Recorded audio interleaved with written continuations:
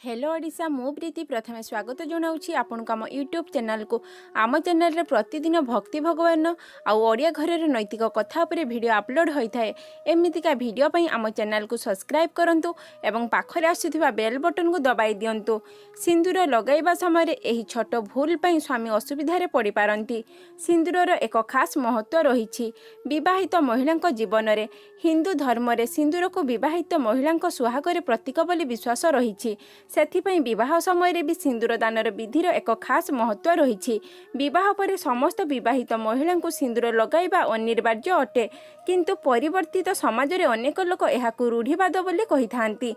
आजिकाली मध्य अनेक झील मानक विवाह पर सिंदूर न लगाउथिबा देखा जाउछि, किंतु आपण जानि आश्चर्य हेबे जे हिंदू धर्म रे करा जाइथिबा एही परंपरार केवल धार्मिक महत्व रही न थाए, बरं वैज्ञानिक महत्व मध्य रही थाए।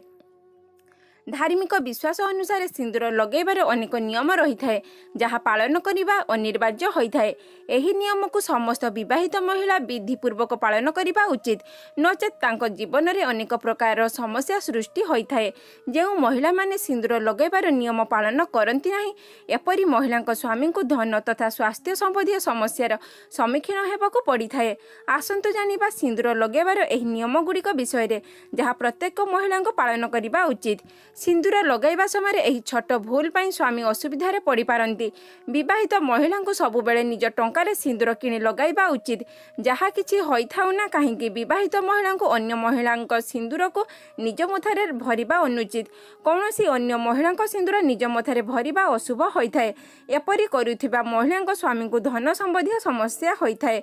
विवाहित महिला को उपहार स्वरूप मिलिथिबा सिंदूर उपयोग करिबा अनुचित, कारण शास्त्र रे उपयोग करा जाइथिबा सिंदूर अशुभ होता है।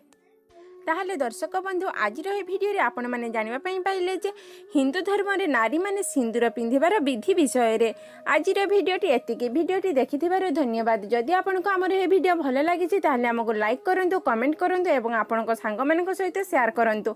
पुणी देखा हबा नुआ क भिडियो रे। सेतेला पर्यंत हमको विदाय दियंतु। आपनक दिनटी शुभ हेउ।